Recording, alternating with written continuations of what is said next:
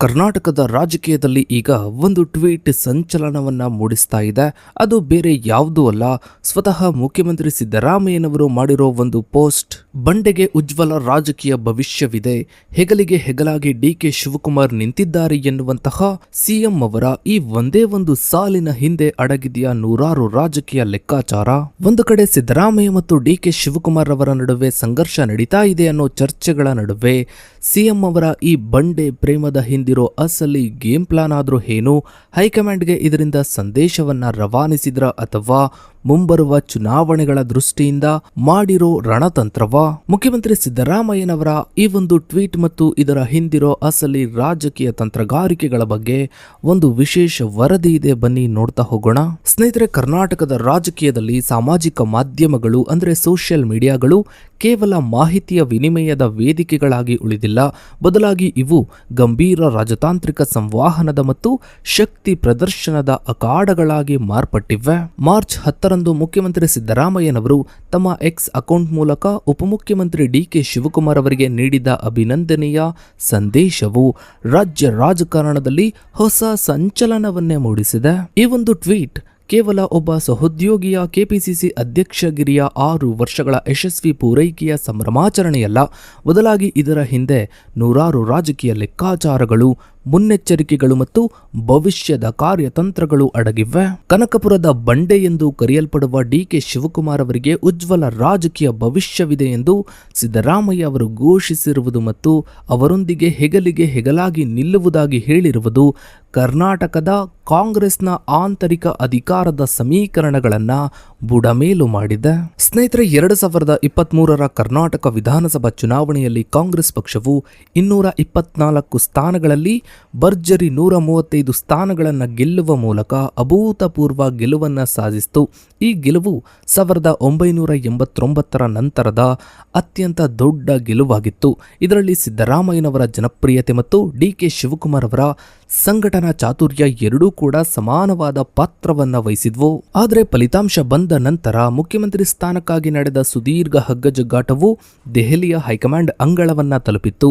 ಅಂತಿಮವಾಗಿ ಸಿದ್ದರಾಮಯ್ಯನವರು ಮುಖ್ಯಮಂತ್ರಿಯಾಗಿ ಮತ್ತು ಡಿಕೆ ಶಿವಕುಮಾರ್ ಅವರು ಏಕೈಕ ಉಪಮುಖ್ಯಮಂತ್ರಿಯಾಗಿ ಪ್ರಮಾಣ ವಚನವನ್ನ ಸ್ವೀಕರಿಸಿದ್ರು.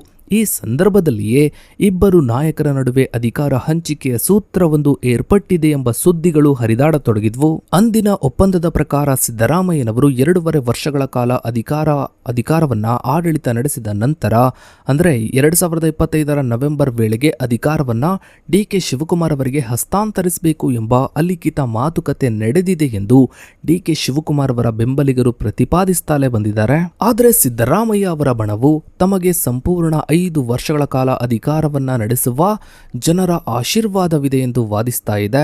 ಈ ಹಿನ್ನೆಲೆಯಲ್ಲಿ ಮಾರ್ಚ್ 2026ರ ಟ್ವೀಟ್ ಅತ್ಯಂತ ಮಹತ್ವದ್ದಾಗಿದೆ, ಏಕೆಂದರೆ ಇದು 2025ರ ನವೆಂಬರ್ನ ಆ ನಿರ್ಣಾಯಕ ಘಟ್ಟವನ್ನ ದಾಟಿದ ನಂತರ ಬಂದಿರುವ ಅಧಿಕೃತ ಹೇಳಿಕೆಯಾಗಿದೆ.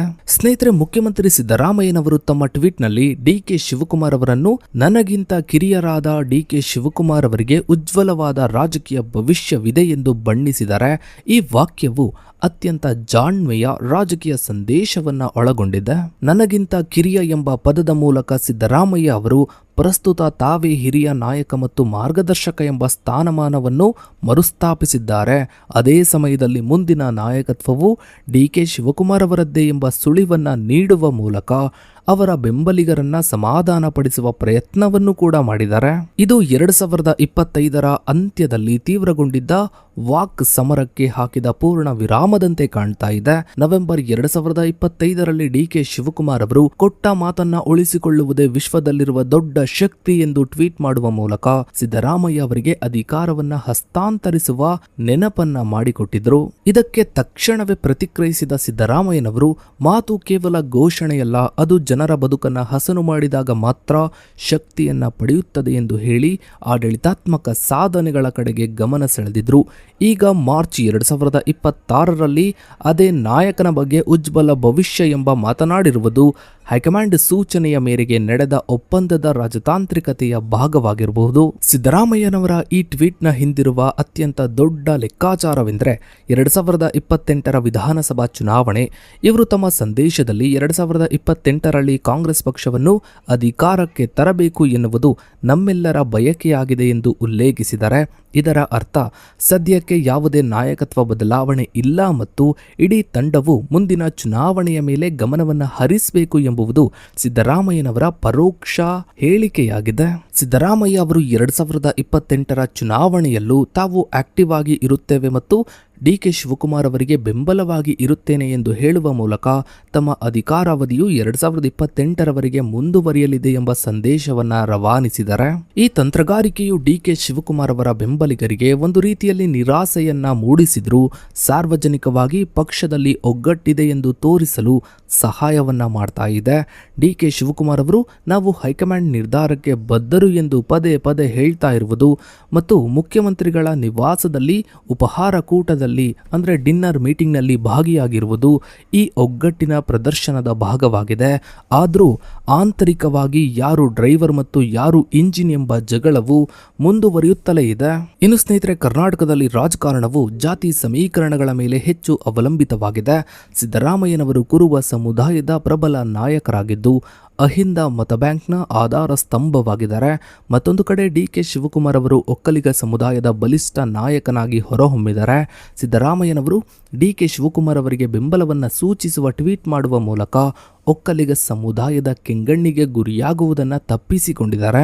ಜೆಡಿಎಸ್ ನಾಯಕ ಎಚ್.ಡಿ. ಕುಮಾರಸ್ವಾಮಿ ಅವರು ಸಿದ್ದರಾಮಯ್ಯ ಅವರು ಕುರ್ಚಿಗಾಗಿ ಜಾತಿಯನ್ನ ಬಳಸುತ್ತಿದ್ದಾರೆ ಎಂದು ಟೀಕಿಸಿದ ಹಿನ್ನೆಲೆಯಲ್ಲಿ ಡಿಕೆ ಶಿವಕುಮಾರ್ ಅವರೊಂದಿಗೆ ಹೆಗಲಿಗೆ ಹೆಗಲಾಗಿ ನಿಂತಿದ್ದೇನೆ ಎಂದು ಸಾರುವುದರ ಮೂಲಕ ತಾವು ಒಕ್ಕಲಿಗ ವಿರೋಧಿ ಅಲ್ಲ ಎಂಬ ಸಂದೇಶವನ್ನ ಸಿದ್ದರಾಮಯ್ಯ ಅವರು ರವಾನಿಸಿದ್ದಾರೆ. ಇದು ಸಿದ್ದರಾಮಯ್ಯ ಅವರ ರಾಜಕೀಯ ಜೀವನದ ಅತ್ಯಂತ ಚಾಣಾಕ್ಷ ನಡೆಗಳಲ್ಲಿ ಒಂದಾಗಿದೆ. ಇವರು ತಮ್ಮ ಅಹಿಂದ ನೆಲೆಗಟ್ಟನ್ನ ಭದ್ರಪಡಿಸಿಕೊಳ್ಳುತ್ತಲೇ ಒಕ್ಕಲಿಗ ನಾಯಕನ ಭವಿಷ್ಯದ ಬಗ್ಗೆ ಮಾತನಾಡಿ ಆ ಸಮುದಾಯದ ಮೃದು ಧೋರಣೆಗಳನ್ನು ಗೆಲ್ಲಲು ಪ್ರಯತ್ನಿಸ್ತಾ ಇದ್ದಾರೆ. ಇನ್ನು ಸ್ನೇಹಿತರೆ, ಮುಖ್ಯಮಂತ್ರಿ ಸಿದ್ದರಾಮಯ್ಯನವರ ಟ್ವೀಟ್ ಕೇವಲ ಡಿಕೆ ಶಿವಕುಮಾರ್ ಅವರನ್ನ ಸಮಾಧಾನ ಪಡಿಸಲು ಮಾತ್ರವಲ್ಲ, ಬದಲಾಗಿ ಪಕ್ಷದೊಳಗೆ ತಲೆ ಎತ್ತುತ್ತಿರುವ ಇತರ ಶಕ್ತಿ ಕೇಂದ್ರಗಳನ್ನು ನಿಯಂತ್ರಿಸಲು ಕೂಡ ಬಳಸಲಾಗ್ತಾ ಇದೆ. ಸಚಿವರಾದ ಸತೀಶ್ ಜಾರಕಿಹೊಳಿ ಮತ್ತು ಡಾಕ್ಟರ್ ಜಿ ಪರಮೇಶ್ವರ್ ಮತ್ತು ಎಂ.ಬಿ. ಪಾಟೀಲ್ ಅವರುಗಳು ತಮ್ಮದೇ ಆದ ಗುಂಪುಗಳನ್ನು ಹೊಂದಿದ್ದು ಮುಖ್ಯಮಂತ್ರಿ ಸ್ಥಾನದ ಮೇಲೆ ಕಣ್ಣಿಟ್ಟಿದ್ದಾರೆ. ಸಿದ್ದರಾಮಯ್ಯರವರ ಪುತ್ರ ಯತೀಂದ್ರ ಸಿದ್ದರಾಮಯ್ಯ ಅವರು ಸತೀಶ್ ಜಾರಕಿಹೊಳಿ ಅವರ ಹೆಸರನ್ನ ಮುಂದಿನ ನಾಯಕತ್ವಕ್ಕೆ ಪ್ರಸ್ತಾಪಿಸಿದ್ದು ಪಕ್ಷದಲ್ಲಿ ದೊಡ್ಡ ಬಿರುಗಾಳಿಯನ್ನೇ ಎಬ್ಬಿಸಿತ್ತು. ಈ ಸಂದರ್ಭದಲ್ಲಿ ಡಿಕೆ ಶಿವಕುಮಾರ್ ಅವರಿಗೆ ಉಜ್ವಲ ಭವಿಷ್ಯವಿದೆ ಎಂದು ಟ್ವೀಟ್ ಮಾಡುವ ಮೂಲಕ ಸಿದ್ದರಾಮಯ್ಯನವರು ಯತೀಂದ್ರ ಅವರ ಹೇಳಿಕೆಯಿಂದ ಉಂಟಾದ ಹಾನಿಯನ್ನ ಸರಿಪಡಿಸಲು ಪ್ರಯತ್ನಿಸಿದ್ದಾರೆ. ಆದರೆ ಡಿಕೆ ಶಿವಕುಮಾರ್ ಅವರೇ ನಂಬರ್ 2 ಮುಂದಿನ ನಾಯಕತ್ವವನ್ನ ವಹಿಸಿಕೊಳ್ಳುವ ನಾಯಕ ಎಂಬ ಸಂದೇಶವನ್ನ ಸ್ಪಷ್ಟವಾಗಿ ನೀಡುವ ಮೂಲಕ ಇತರೆ ಆಕಾಂಕ್ಷಿಗಳ ಉತ್ಸಾಹಕ್ಕೆ ತಣ್ಣೀರನ್ನ ಎರಚಿದ್ದಾರೆ. ಒಟ್ಟಾರೆಯಾಗಿ ರಾಜ್ಯ ಕಾಂಗ್ರೆಸ್ನಲ್ಲಿ ದಿನಕ್ಕೊಂದು ಬೆಳವಣಿಗೆಗಳಾಗ್ತಾ ಇವೆ. ಇನ್ನು ಮುಂದಿನ ದಿನಗಳಲ್ಲಿ ರಾಜ್ಯ ಕಾಂಗ್ರೆಸ್ನಲ್ಲಿ ಏನೆಲ್ಲ ಆಗುತ್ತೆ ಅನ್ನೋದನ್ನ ಕಾದು ನೋಡಬೇಕಿದೆ. ಸೊ ಇದಾಗಿತ್ತು ಸ್ನೇಹಿತರೆ ಇವತ್ತಿನ ಈ ಒಂದು ವಿಡಿಯೋದ ಬಗ್ಗೆ ನಿಮ್ಮ ಅನಿಸಿಕೆ ಅಭಿಪ್ರಾಯಗಳನ್ನು ತಪ್ಪದೇ ಕಮೆಂಟ್ ಸೆಕ್ಷನಲ್ಲಿ ಕಮೆಂಟ್ ಮಾಡಿ. ಹಾಗೆ ವಿಡಿಯೋಗೊಂದು ಲೈಕ್ ಮಾಡ್ತಾ ವಿಡಿಯೋನ ಆದಷ್ಟು ಎಲ್ಲ ಕಡೆ ಶೇರ್ ಮಾಡಿ. ನೀವಿನ್ನು ನಮ್ಮ ಚಾನಲ್ಗೆ ಸಬ್ಸ್ಕ್ರೈಬ್ ಆಗಿಲ್ಲ ಅಂದರೆ ಕೆಳಗಡೆ ಕಾಣ್ತಾ ಇರೋ ಸಬ್ಸ್ಕ್ರೈಬ್ ಬಟನ್ನ ಕ್ಲಿಕ್ ಮಾಡಿ. ಹಾಗೆ ಪಕ್ಕದಲ್ಲಿ ಕಾಣೋ ಬೆಲ್ ಐಕನ್ ಕೂಡ ಕ್ಲಿಕ್ ಮಾಡಿ. Thanks for